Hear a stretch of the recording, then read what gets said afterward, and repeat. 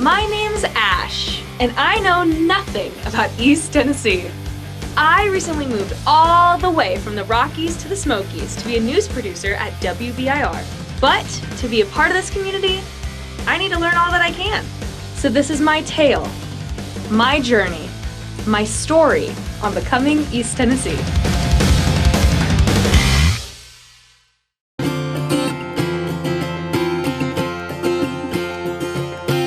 We're back. We are here at the Museum of Appalachia. Yes, I know how to say it right because I've almost been here for a year. And it's not just a little baby story. It's not just one schoolhouse. It is a campus-wide event. It is literally like jumping into a textbook.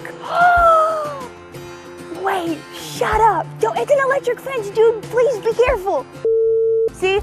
Real history lesson. There's animals here, there's peacocks here. Are peacocks native? I don't know. That's what we're gonna answer today. I've been watching a lot of Heartland series, so thank you, Bill Landry, and thank you to the Museum of Appalachia for doing this for generations and for eons so that I can learn more. But I'm not just gonna watch a video about it. If I'm here, if I'm living in Tennessee, if I'm in Appalachia, I'm gonna do Appalachian things, like freak out when I see a donkey.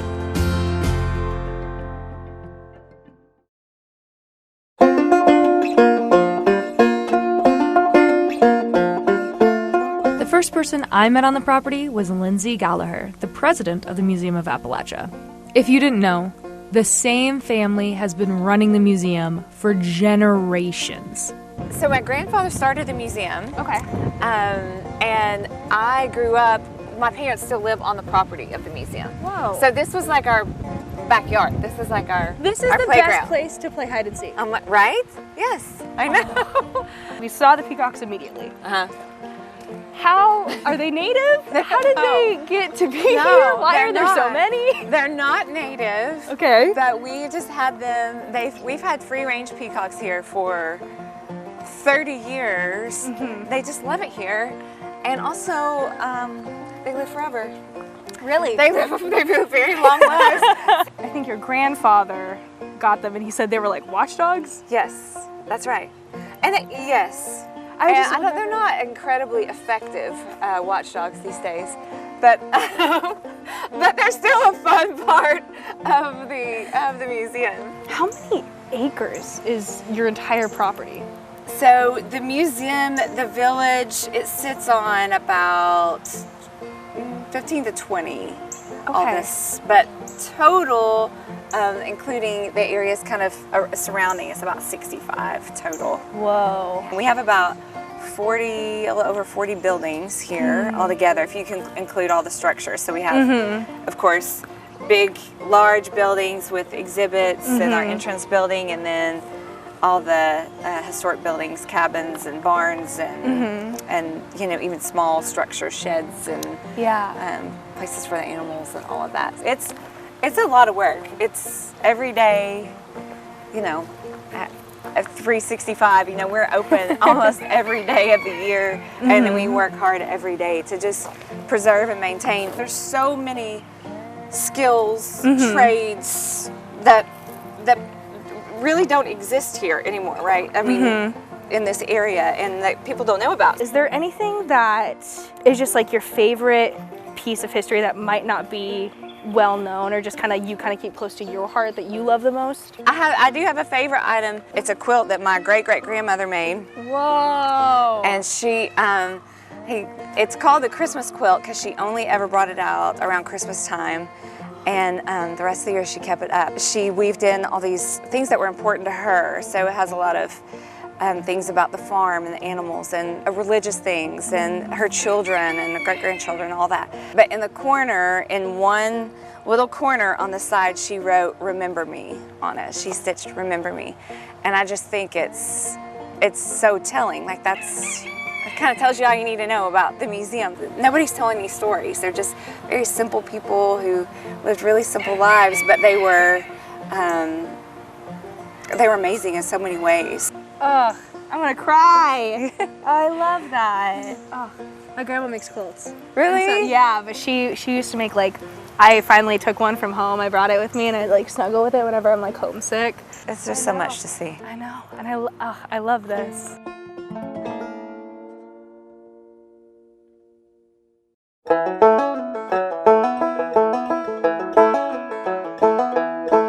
After walking with Lindsay for a little bit, we stopped in front of the Broom and Rope House, where Amelia was waiting for me. Much like myself, Amelia's a transplant. She's originally from Flint, Michigan, and she's been making brooms for about 6 years. I took a 2-year apprenticeship and learned how to make these, and I was very scared. I just figured I was going to become like a barista and I knew how to make brooms, you know, another craft under my belt. We're going to make a door broom. Okay. Now, a door broom in Appalachian folklore, the legend is that you keep it by your door and the haints have to count the broom corn pieces because they're a little OCD. Everything about the brooms is to keep the spiders and the bugs away. Whoa! Sweep the stairs, it's wild. No wonder everybody's like, you guys are witches. And then how do you, if you get like stuff stuck in it, how do you just like whack it? You whack it, you can comb it. Comb it. I'm getting so excited, we have to forage. Step one, we have to do step one. Ooh, that's a good one. Oh, that's a great one. Oof. What? Well, how far down can you get it? That would make a nice handle. I don't want to break it because it's actually really nice. It is really nice. But if it's gonna... Okay, good. Now try to break it a little bit more there. And then you can use this part. Okay. Whoa, and then it'll be just a tinier one. Yeah. Look at that. Is that okay? Perfect handle. We'll do this really primitively. Yeah. So you have to go beat that against the tree. You're trying to get the bugs out of it, all the mold off of it. So just whack? Just whack. Okay. Take it all out on the broomstick. Careful. I don't want to hit you. I got you. Nice.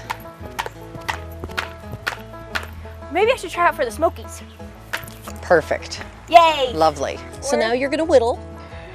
It's a little hard when there's a camera. We all just sort of share this love for history and heritage, but I always feel like kind of a poser when I'm like, well, I'm here from Flint. But that's... So when I go home, my cousins are like, you know how hard it is to tell that I have a cousin in Knoxville that makes brooms? When does it truly start that you become Appalachian?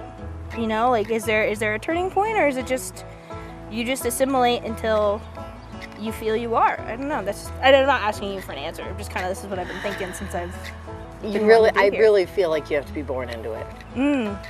Like I'll always be an outsider. I'm okay with that. I will always talk through my nose, and that's fine. But you know, I know that you hang a blue bottle up, again, the spiders, and you know, that kind of stuff. And it's, of course, you know, and I mean that as a way of like, I still love my heritage in Colorado. I still love when I was in Oregon, and I would never want to get rid of that. But there's just such a deep connection here. It's the deeper you dig, the more you find out, and so much stuff has been passed down. Okay, you ready? I think it's mostly... Looks great. Yay! Now, making the broom was a lot harder than I thought. I lost my footing a couple of times, but hey, it works, and I'm pretty proud for my first time. Whoa. You made a broom. Thank you. You're welcome. I can't wait to use this when I get home on all my spiders. They're gonna hate me. Oh, this is fantastic. I'm so happy. What if I just clean?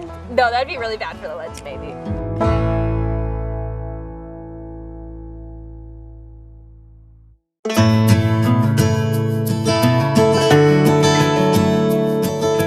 I met up with Dorothy McKillen in the Mark Twain family house. She taught me the art of corn husk dolls, which dates back to the indigenous tribes honoring the three sisters. But she told me she learned it from a magazine. What was the significance of this back in the day? Is it mostly for interior, or did it used to be dolls like that kids could play with? The history goes back about 1,000 years. Wow.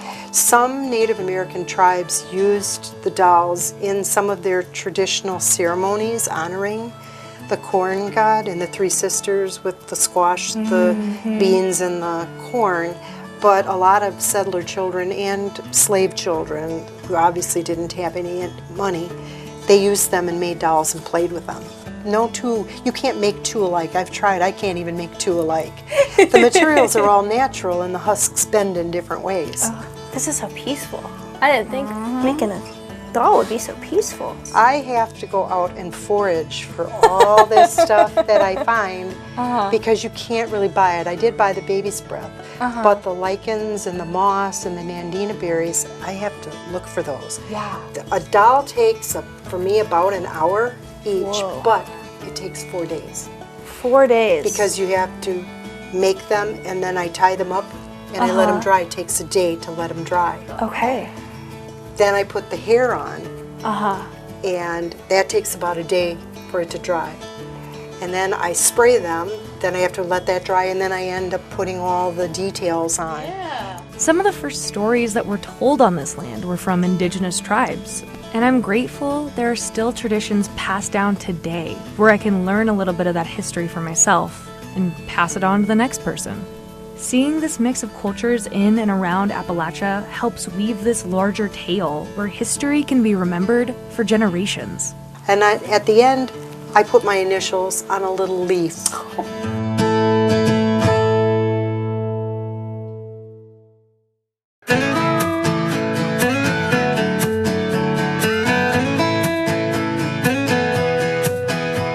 As I was heading back through the museum, I stumbled upon John Alvis, a born and bred Appalachian musician. John has been playing on the same porch here at the museum since he was 13 years old. I actually, funny enough, I have been listening to a lot more folk music since I moved out here, just as you do. And I didn't realize how influential the banjo was to like folk music in general and in Appalachia. All you had to have a band was a banjo and a fiddle. Guitar came later into this area, but at that point, a banjo provided the rhythm for the fiddle, and that's all you really had to have a band. What is it like to keep that history going now that you also teach it and you still play here? Like, what does that mean for you? It's a matter of continuity, I guess, with the old tunes and the songs that were native to this area. I try to make sure that I teach those first, you know. And some things it can't be written down, and some things you can't learn from the internet or from a recording. There's something to be said for learning an old tune across the porch. We're still singing those songs about events that took place, 150 years ago sometimes. This is a song, or a tune. It's the Coal Creek March, and it's written about the Coal Creek War, which was fought here in Anderson County.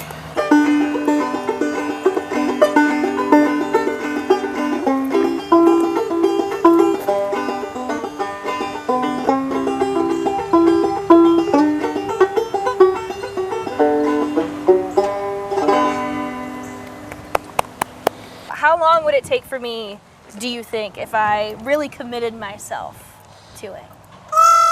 Well, You could learn to play the banjo quicker than you could learn to do that. sound like a peacock. Yeah. I'm a-getting old and feeble, and I cannot work no more. I cannot stand the sunshine and the rain. What I love about history is that we are living it every day. Do we look alike? While I started off with this idea of going back to old Appalachia, I was quickly reminded that old Appalachia still very much exists today. If I know how to open a door. And really, it starts with families. It spreads to friends. It's fueled by passion, and that passion continues to feed the flames that keeps history alive. Okay, there's a peacock at that door, so we should probably go this way. I use my broom everywhere around my house now, and I can see my corn doll on my bookshelf at home, and every opportunity I get, you bet I am blasting folk music. Bye! Bye-bye.